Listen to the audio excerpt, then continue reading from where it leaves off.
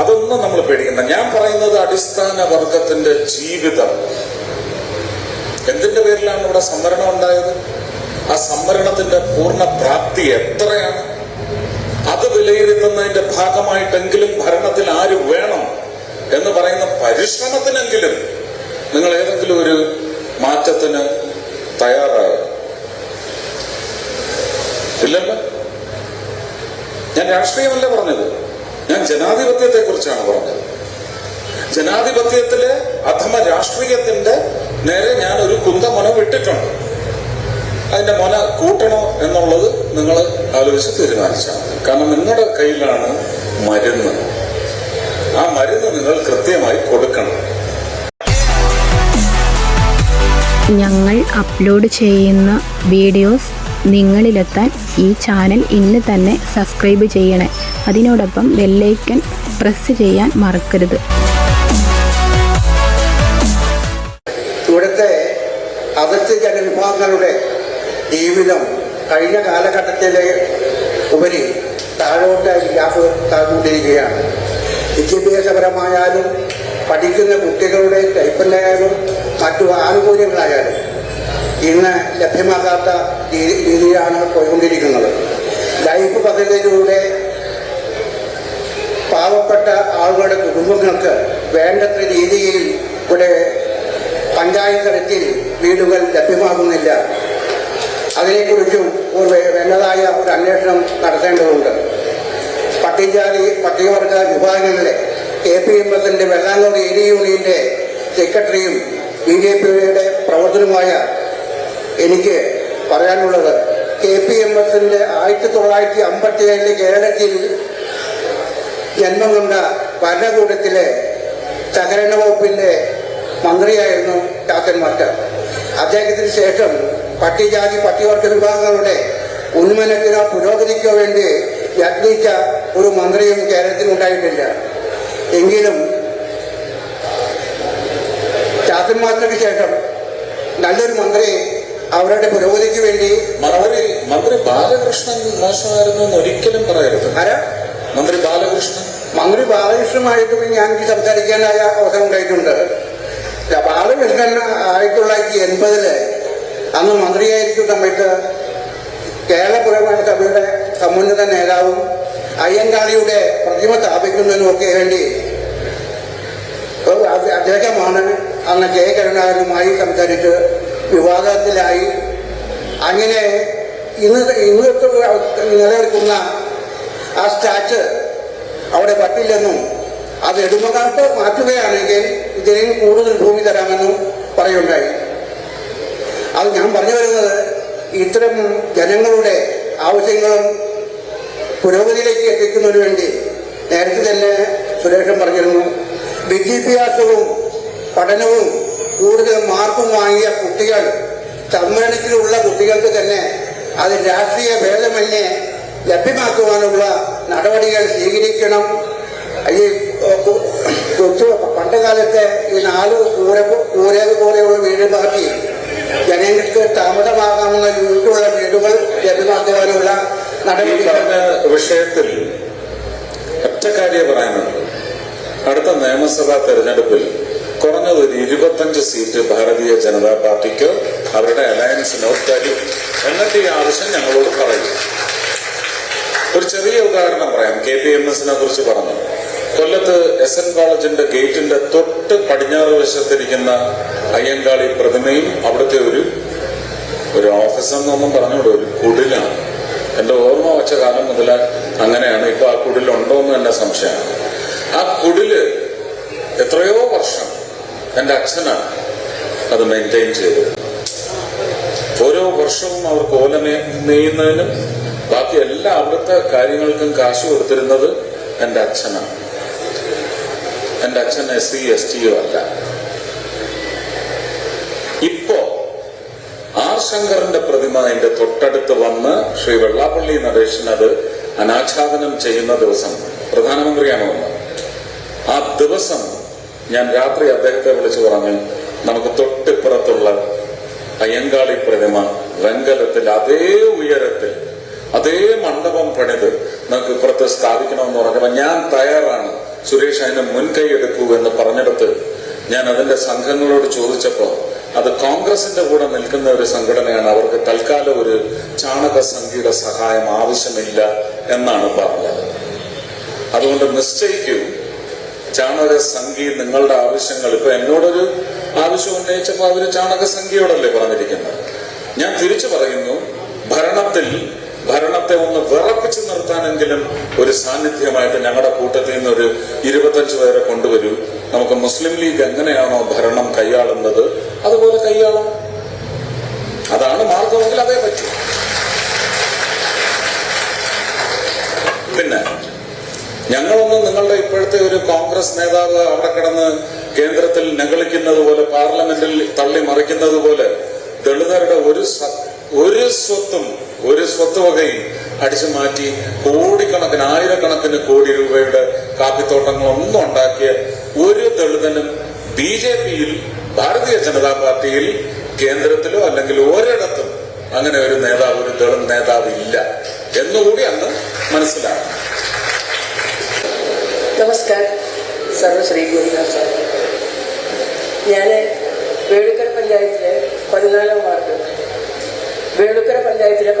Ward Vivekananda ഗ്രാമത്തിലെ ഒരു മെമ്പറാണ്. KK ജാനകി എന്ന് പറയുന്ന ഒരു എളിയ സാമൂഹിക പ്രവർത്തകയായിരുന്നു. സാർ ക്ഷമിക്കണം, 90കളിൽ ഈ പ്രദേശത്ത് നിന്നും മുകുന്ദപുരം പാർലമെന്റ് ഇലക്ഷന് സ്വതന്ത്രമായിട്ട് പട്ടികവർഗക്കാരും ആദിവാസികളും മാത്രം മെമ്പർഷിപ്പുള്ള ഒരു സ്വതന്ത്ര രാഷ്ട്രീയ പാർട്ടിയിൽ നിന്നും മത്സരിക്കുകയും ചെറുതായിട്ടുള്ള വോട്ടുകൾ സ്വീകരിച്ച് നാട് നീളെ 14 ജില്ലകളിലും ചെറിയ എളിയ പ്രവർത്തനങ്ങൾ നടത്തി നിസ്വാർത്ഥ സേവനം നടത്തിയിരുന്ന ഒരു എളിയ പ്രവർത്തകയാണ്. എൻ്റെ ആവശ്യം ഈ പ്രദേശത്തെ പട്ടികവർഗക്കാരായിട്ടുള്ള, പ്രത്യേകിച്ച് ഈ വെളുക്കര പഞ്ചായത്തിലെങ്കിലും വിധവകളായിട്ടുള്ള, നിർധനരും പട്ടികജാതിക്കാരുമായിട്ടുള്ള സ്ത്രീകൾ 10 സെന്റിൽ താഴെ വരുന്നതായ ഭൂമി നിർവാഹമില്ലാതെ പണയപ്പെടുത്തുകയും തിരിച്ചടവിന് മാർഗമില്ലാതെ വലയുകയും വിവാഹപ്രായം സഹായിക്കണം. മകളെ അപേക്ഷ വെച്ചിട്ടുണ്ട്. കവിതാ സുബ്രഹ്മണ്യൻ. നിങ്ങൾക്ക് തന്നെ പറ്റിയ അബദ്ധമാണ് അല്ലെങ്കിൽ വിഡ്ഢിത്തമാണ്. ഞങ്ങളിവിടെ 2016 നിയമസഭാ തെരഞ്ഞെടുപ്പിന് യോഗ്യനായ ഒരു SC കാൻഡിഡേറ്റിനെ ഇവിടെ കൊണ്ടുവന്ന് നിർത്തി തന്നില്ലേ? ബാബുചേട്ടനല്ലേ നാട്ടികയില്? ജയിപ്പിച്ചു വിട്ടോ? പകരം ആരെയാ ജയിപ്പിച്ചു വിട്ടത്?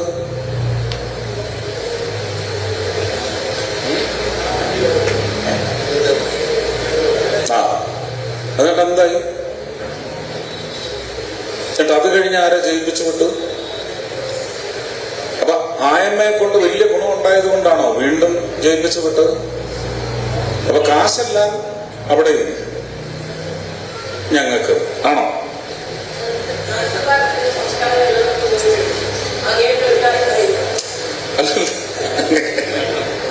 അങ്ങനെ പറഞ്ഞ് എന്നെ അങ്ങ് ഒതുക്കരുത്. അതല്ല, ആർഷഭാരത സംസ്കാരം എല്ലാം അവിടെ നിൽക്കട്ടെ, അതൊക്കെ നിലനിർത്തിക്കോളും. അത് നിലനിർത്താനായിട്ട് നല്ല തണ്ടല്ലുറപ്പുള്ളവരവിടെ ഉണ്ട്. സനാതന ധർമ്മത്തെയും ആർഷഭാരത സംസ്കാരത്തെയും ഒന്നും തൊടാൻ പോലും ഒരുത്തലുമില്ല. അത് തമിഴ്നാട്ടിലായാലും ഇല്ല കേട്ടോ. അതൊന്നും നമ്മൾ പേടിക്കണ്ട. ഞാൻ പറയുന്നത് അടിസ്ഥാന വർഗത്തിന്റെ ജീവിതം. എന്തിന്റെ പേരിലാണ് ഇവിടെ സംവരണം ഉണ്ടായത്? ആ സംവരണത്തിന്റെ പൂർണ്ണ പ്രാപ്തി എത്രയാണ്? അത് വിലയിരുത്തുന്നതിന്റെ ഭാഗമായിട്ടെങ്കിലും ഭരണത്തിൽ ആര് വേണം എന്ന് പറയുന്ന പരിശ്രമത്തിനെങ്കിലും നിങ്ങൾ ഏതെങ്കിലും ഒരു മാറ്റത്തിന് തയ്യാറായോ? ഇല്ലല്ലോ. ഞാൻ രാഷ്ട്രീയമല്ല പറഞ്ഞത്, ഞാൻ ജനാധിപത്യത്തെ കുറിച്ചാണ് പറഞ്ഞത്. ജനാധിപത്യത്തിലെ അധമ രാഷ്ട്രീയത്തിന്റെ നേരെ ഞാൻ ഒരു കുന്തമൊന വിട്ടിട്ടുണ്ട്. അതിന്റെ മൊന കൂട്ടണോ എന്നുള്ളത് നിങ്ങൾ ആലോചിച്ച് തീരുമാനിച്ചാൽ മതി. കാരണം നിങ്ങളുടെ കയ്യിലാണ് മരുന്ന്. ആ മരുന്ന് നിങ്ങൾ കൃത്യമായി കൊടുക്കണം. അത് ജീവൻ നിലനിർത്താനായാലും കൊടുക്കാനായാലും ആ മരുന്ന് നിങ്ങൾ കൊടുത്തില്ല.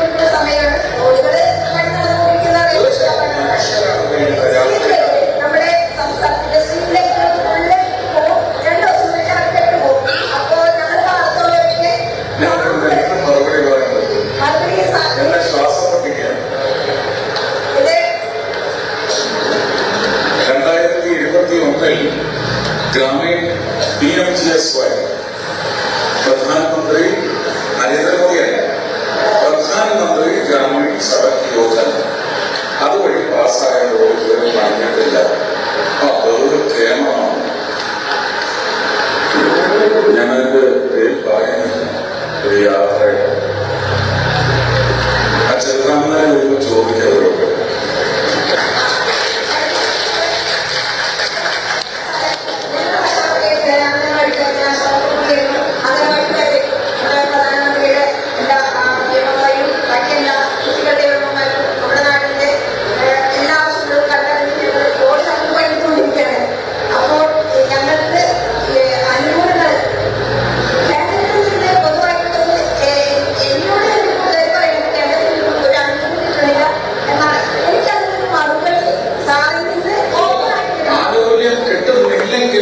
സത്യമായിരിക്കും. പക്ഷെ കിട്ടാത്തതിന്റെ കാരണം എന്താണെന്ന് സത്യം കൂടി കിട്ടുന്നില്ല എന്ന് പറയുന്ന കള്ളന്മാർ പറയുന്നു.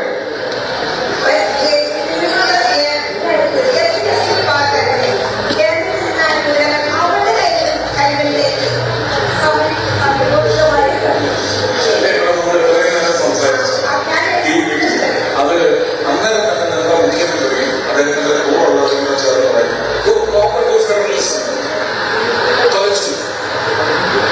ഇത് സംഘീവൽക്കരണം, കാവ്യവൽക്കരണം എന്ന് പറഞ്ഞ് നിലവിളിക്കും. നിങ്ങൾക്ക് നേരിട്ട് ലോക്കൽ കമ്മിറ്റി സെക്രട്ടറിമാരും അവരുടെ കൂടെ ഉള്ള ചില വാഹനന്മാരും അടിച്ചുകൊണ്ട് പോകാത്ത തരത്തിൽ നേരിട്ട് കയറാനുള്ള ഇവരുടെ കളിക്കുന്ന സംവിധാനമാണ്. എനിക്ക് ഈ ചേച്ചിയിൽ നിന്ന് ആ മൈക്കൊക്കെ മാറ്റി ഞാൻ ഇവിടെ രാഷ്ട്രീയം മാത്രം പറയേണ്ടി ആ മൈക്കൻ മാറ്റി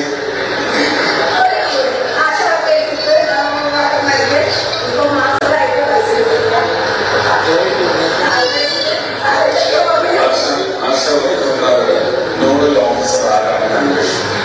സത്യസന്ധമായി പറയുന്നത് എന്തുകൊണ്ടാണ് കാശ് ഇതൊക്കെ നിങ്ങളുടെ സംസ്ഥാനമാണ്, ഇതൊരു മുഖ്യമന്ത്രിയുടെ സംസ്ഥാനമാണ്, എന്നുള്ള സംസ്ഥാനമാണ് എന്ന് അന്വേഷിക്കും. അതിനാണെങ്കിൽ കൂടുതൽ എന്റെ ആൾക്കാരെ പേടിക്കാതെ സാറേ നമസ്കാരം. എനിക്കൊരു അഭിപ്രായമുള്ളത് സാറ് നമ്മുടെ ഈ കഴിഞ്ഞു പോകുമ്പോഴും ഇവിടുത്തെ പ്രവർത്തനം നമ്മുടെ പ്രവർത്തകര് ജില്ലയും ജനങ്ങളിലേക്ക് കേരളത്തിൽ ജില്ലയിൽ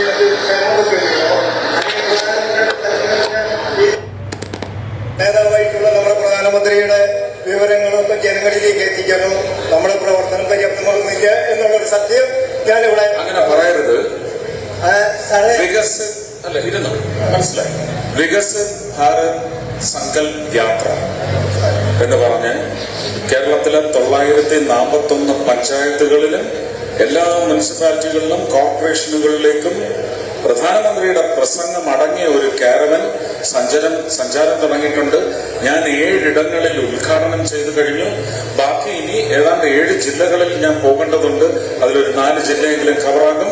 ഇതിനകത്ത് മുദ്ര ലോൺ വഴി ആരൊക്കെ നിഷേധിക്കപ്പെട്ടു, ആവാസ് യോജന വഴി ആരൊക്കെ നിഷേധിക്കപ്പെട്ടു, നിങ്ങൾ അവിടെ ചെന്ന് ഇത് ആരായാനും ലഭിക്കാനുമുള്ള വ്യവസ്ഥയും ആ യാത്രയിൽ ചെയ്തിട്ടുണ്ട്. അതിലൂടെയും ഇനി കേരളം അറിയത്തില്ലെങ്കിൽ ഇനി ഒരു കാലത്തും അറിയുകയേ വേണ്ട എന്ന് പറയുന്ന പക്ഷക്കാരനാണ് ഞാൻ. വീടുകളിലേക്കൊന്നും നമുക്ക് എത്തി പറയാനൊക്കത്തില്ല. വീടുകളിലേക്കൊക്കെ ഇവിടെ ആരോ പറഞ്ഞു സമാധാനമേ ഇല്ല, ഇന്ന് ഇന്ന ടാക്സ് വരും, പെട്രോൾ അടിച്ചാൽ 2 രൂപ ടാക്സ് വരും എന്ന് പറഞ്ഞ് സമാധാനം കെടുത്തിക്കൊണ്ടിരിക്കുന്ന ഒരു സർക്കാരിന് നിങ്ങൾ എങ്ങനെയാ പോഷിപ്പിച്ചുകൊണ്ടിരിക്കുന്നത്? അതുകൊണ്ട് അത് പറയരുത്. നാട്ടുകാരെ മുഴുവൻ അറിയിക്കുന്നതിന് വേണ്ടി ഒരു സങ്കല്പ് യാത്ര വരുന്നുണ്ട്. അതിൽ പദ്ധതികൾ എന്താണെന്ന് വളരെ കൃത്യമായി ആയുഷ്മാൻ ഭാരത് അടക്കം. ആയുഷ്മാൻ ഭാരത്തിൽ നിങ്ങളുടെ ഇവിടുത്തെ ആരോഗ്യമന്ത്രി സഹകരിക്കുന്നില്ല. അതുകൊണ്ട് ആ ഇൻഷുറൻസ് പദ്ധതിയുടെ കാർഡ് ഞങ്ങൾക്ക് ഇഷ്യൂ ചെയ്യാൻ പറ്റുന്നില്ല. ഇത് ഇന്ത്യയാണോ ഭാരതമാണോ അതോ കേരളമാണോ എന്നുള്ളത് വ്യക്തമാക്കാൻ പറയൂ. ആദ്യം നമുക്കിത് അവസാനിപ്പിക്കാനുള്ള സമയമായിട്ടുണ്ട്. ഞങ്ങൾ അപ്ലോഡ് ചെയ്യുന്ന വീഡിയോസ് നിങ്ങളിലെത്താൻ ഈ ചാനൽ ഇന്ന് തന്നെ സബ്സ്ക്രൈബ് ചെയ്യണേ. അതിനോടൊപ്പം ബെല്ലൈക്കൺ പ്രസ് ചെയ്യാൻ മറക്കരുത്.